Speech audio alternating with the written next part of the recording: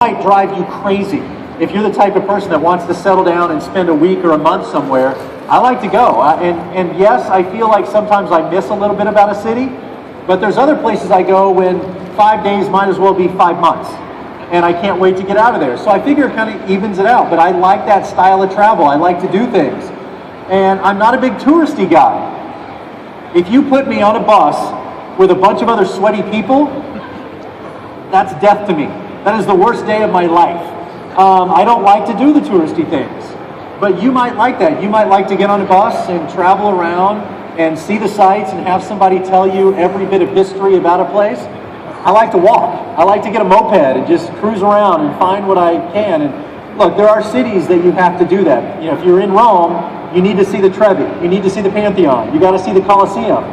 But to me, I like to find those things myself. And again, yes, I might miss something. Yes, I might not find out that cool fact about it, but that's just the way I like to travel. I know that about myself. I like to get lost in a city.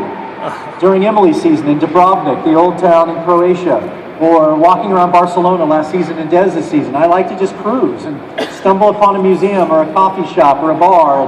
That's just the way I like to travel. And so it's important that you know, before you set off somewhere, what's important to you. Is it food? Is it the location? Is it the people? Is it the sights? Do you want to just get lost in a book on a beach? So whatever that is, figure out what you want to do, then make your travel and find out where you want to go.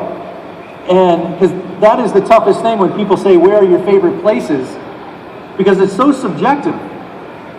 My favorite example, I love Italy. It's a place that's near and dear to my heart. I've been there a bunch. We actually shot an entire season in this small town of Frascati outside of Rome. It was Lorenzo Borghesi's season.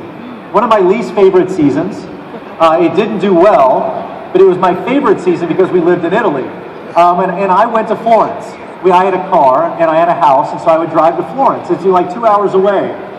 And that's just a place that I love. And there are a lot of people I talk to that cannot stand Florence, Italy. Now, conversely, I went to Capri. I had a horrible experience. I couldn't stand it. There are thousands of people that will swear that Capri is the greatest place in the world. And so it just has to do with your experience. I had a bad experience that day. I love Florence. So it really is so subjective, and the weather and the people and who you're with and what happens. And so that's why I like to kind of hit places quickly and move on, because you never know what you're going to stumble upon and where. So what it looks like, and I promise you they can't do justice. Because I always say it's like, you know, when they put the blue tablets in the toilet water, it's that pretty. It really is magnificent. But with that said, it's not a place you want to go with a boys' trip. It's not necessarily a great place for a girls' trip. The food's just okay. It's really just the most romantic, beautiful, swimming, to live on a palapa and fall out of your place into the most beautiful water you've ever seen is an incredible experience. But that's what you need to be looking for if you go to Bora Bora, or Fiji was another one we went with Ashley. That was an incredible experience. But a little closer to home, but in that same category that I love, and I can't wait to go back, is St. Lucia. And I stayed in a couple of places.